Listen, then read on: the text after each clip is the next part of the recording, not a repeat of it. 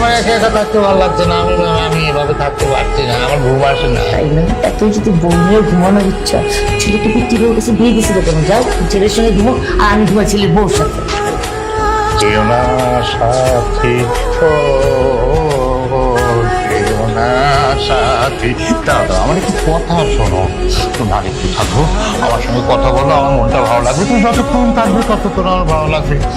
তোমাকে ছাড়া আমার একটু ভালো লাগছে না। শোনো, দেবদাসের মতো করে বিছনার এপাশ ওপাশ ওপাশ করতেছি, এতে কি যন্ত্রণা, তোমাকে আমার এই বেদনা বোঝাতে পারবো না। মা, বাবা, আপনারা কি এখানে রোম্যান্স করছেন? না না গো ভাই, আমরা দুজনে একটু ভালো মন্দ আলাপ করছিলাম আর কি, বুঝছো? কিন্তু আমি যে একদম পরিষ্কারভাবে দেখতে পাচ্ছি যে আপনি মার হাত ধরে সাকিব খানের মতো ডায়লগ বলছেন, গান গাচ্ছেন, যেও না সাথী বলে।